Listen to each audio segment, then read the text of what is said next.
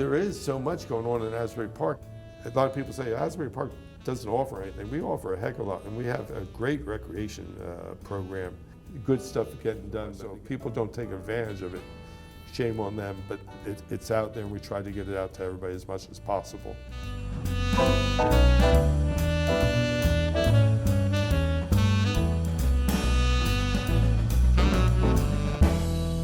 Hello everyone, and welcome back. We're here with another in our award-winning conversations with Mayor John Moor.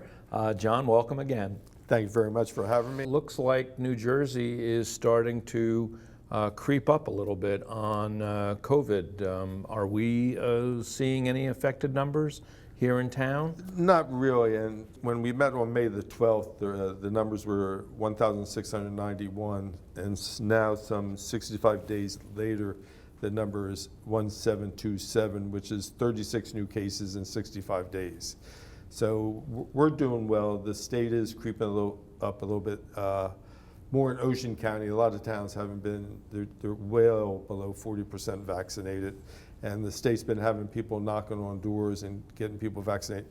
People were knocking on doors in Asbury this past weekend. But Asbury Park, we're above 50%, but we'd like to be up to 70 or 80% like everybody else. How's our beach and parking doing? Because I know that that's our main issues when it comes to revenue generation. Well, the beach, I believe, is doing good, not great just because of the weather. I mean, we haven't had a nice weekend with 2 days in a row since like back in May. So the weather's been fighting us. Parking is down. We're losing Cookman Avenue every day, which is $3 an hour, so that takes a hit. Some of the other side streets downtown, but June we were just down, like I'm going to say, $30,000 or $40,000 from 2 years ago. So the numbers are definitely much better than last year, but they're not the numbers that we had like in 2019. We were just taken off of transitional aid, right? So that's got to be a good thing. We were basically off of transitional aid since 2017. We haven't received any money. But we always stayed under state oversight until this year. So on June 15th, the Lieutenant Governor, Sheila Oliver, was here and commended Asbury Park for doing such a great job as far as like we're the poster child as far as like getting transitional aid and doing the right thing to get off of transitional aid. And we had to agree to the MOUs every year, and we did it. And through the past administrations, past council people, past city managers, present council, present city manager, the city did a phenomenal job. Let me just go through some numbers. Sure. From 2011 to 2021, the state funded the city $34,375,000. And again, since 2017, we haven't gotten any money. So the majority of the money was 2011 to 2017. In 2017, we received $500,000. Some fantastic numbers to go along with that was from 2015 to 2021, the assessed value of the city of Asbury Park has increased from $1.5 billion to over $2 billion. The municipal tax rate declined from $1.26 per hundred to 81 cents per hundred. Our tax collection rate is 99.9%. Our fund balance, or surplus, which most people call it, has gone up significantly, so we're in decent shape there. And in 2015, our Moody's rating was a B, small a2, which wasn't a good rating. As far as borrowing, you would pay high interest. Right now, we're at A1, which means if we have to borrow money, we get a much lower interest rate. So to get that type of step from going BAA2 to A1 in such a short time frame is almost unheard of. And again, I give the administration and again the Council for Policy all the credit in the world. Like to achieve that great accomplishment in such a short time is very rarely done. So, And that's really just good fiscal management, yes, isn't it? I mean, yes, and again, that's why the state has always recognized us. The state, went on the hook for over $34 million to bail the city out because we were bankrupt and we were going under. So if they didn't bail us out,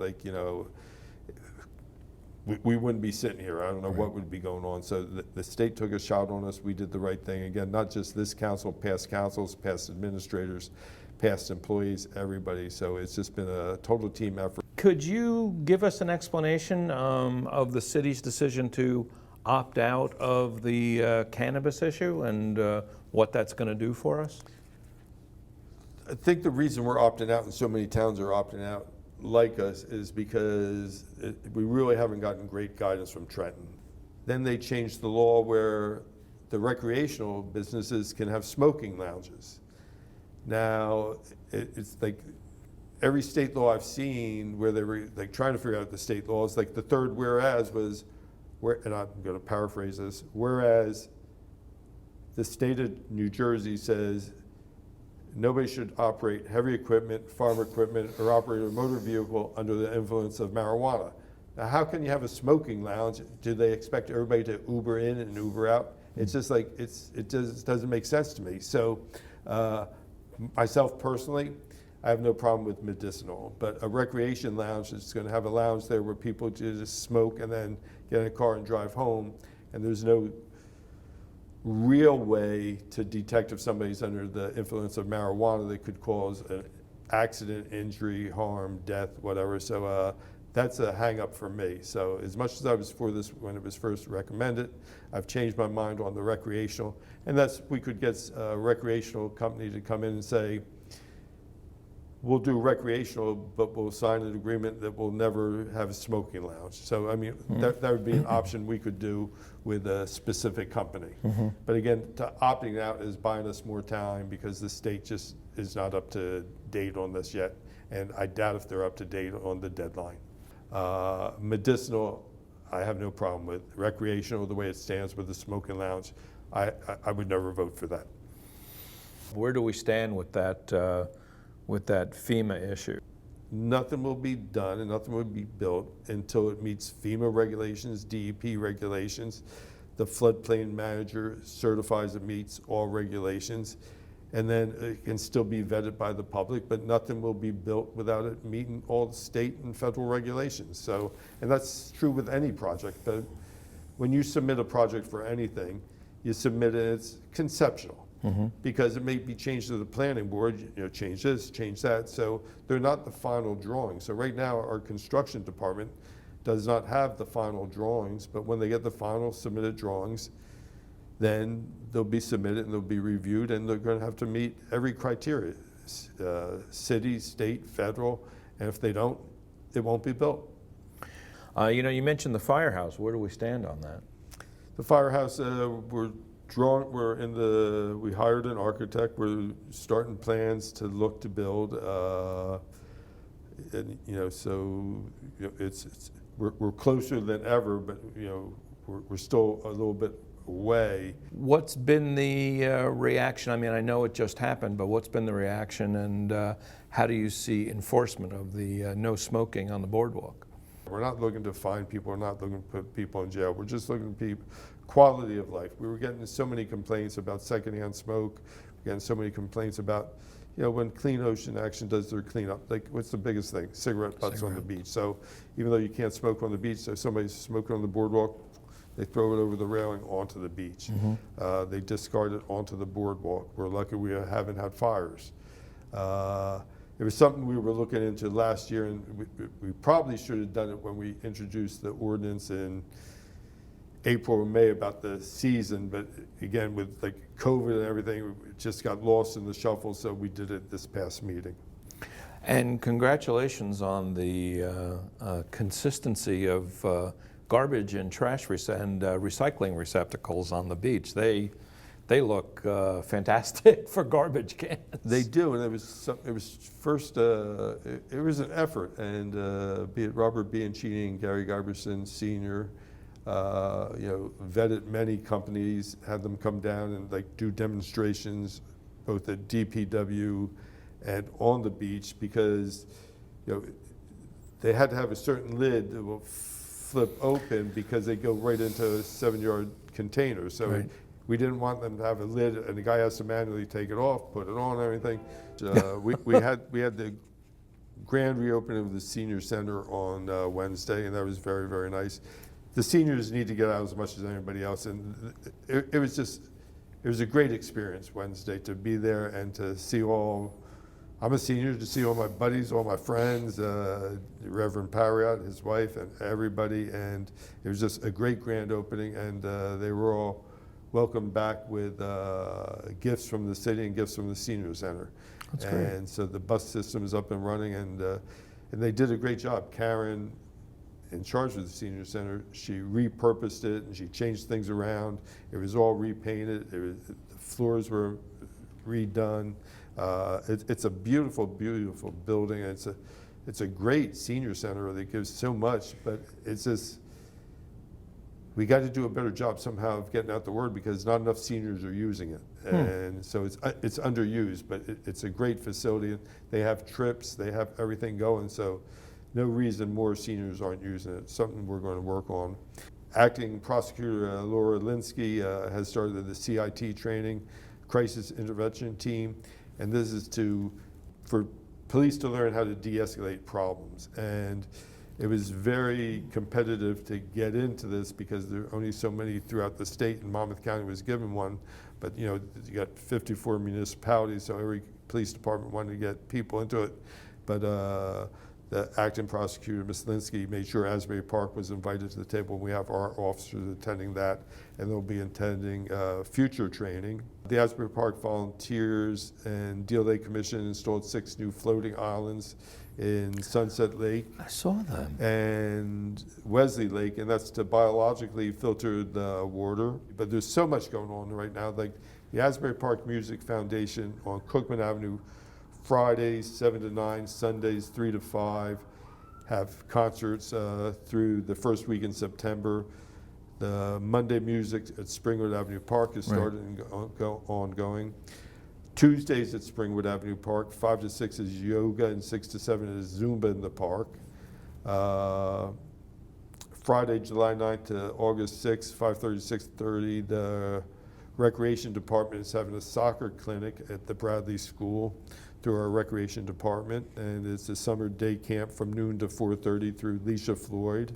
The Asbury Park Police Athletic League has started a program from June 23 to August 18, ages 3 to 12. The Recreation Department's doing the same thing we did last year. Any child in the school system, it can be a private school like Mount Carmel, it can be Achieve or Academy. Any child from 5 to 12 can get a free beach bathing card where they and their siblings can go to the beach as long as they're accompanied by an adult. We did that last year, and we're doing it again this year. Thursday evenings, there's the concerts in Bradley Park from the Luckenbill Orchestra through August 26th from 6:30 to 8:30. October 7th, Mayor's Rodeo for Recreation. August 7th is Family Fun Day. This is the 15th annual one. This is where a surf rider and the city gets together, and we have put on an event on 8th Avenue Beach. And we'll have Michael Manziel will drive the bus around and pick up children from the Boys Club, Second Baptist, three or four different locations.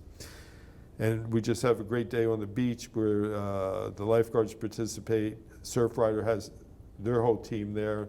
We have about 30 surfboards, and we try to get Asbury Park kids to learn how to surf. And then we also play volleyball. There's food, there's refreshments, and there's scavenger hunts. So it's just a fantastic day. That's and great. It's all volunteer, it's all free, and there's so many people. But again, wouldn't happen without Surfrider.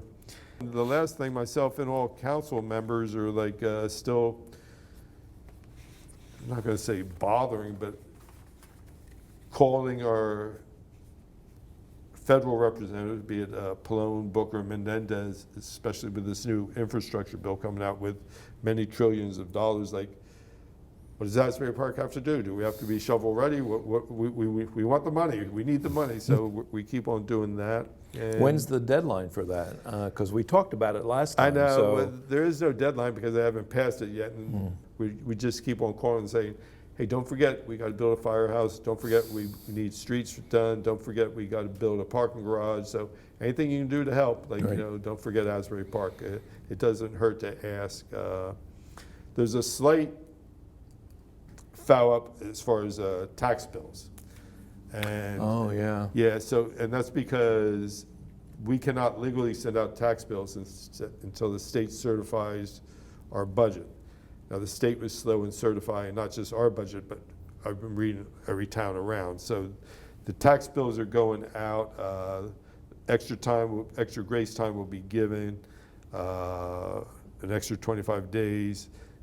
Again, but the sewer and tax bills are both due August 1st, but grace periods will be extended. So if you haven't gotten your tax bill yet, it's because the state of New Jersey did not certify our budget until we could send out the bills. So Right. they were sent out this week, but everything's due August 1st as usual, but we will give a grace period if they're late. The police on Sundays are helping an organization give out food at the transportation center between the hours of 2 and 4, and last week they gave out 1,200 boxes of food. So there was the police bike patrol. So we started that this year. So they've been going all over and helping all events and everything. So Sunday they helped give out 1,200, and that's every Sunday, 12 to 4, as long as the food lasts. A lot of people say Asbury Park doesn't offer anything. We offer a heck of a lot, and we have a great recreation program.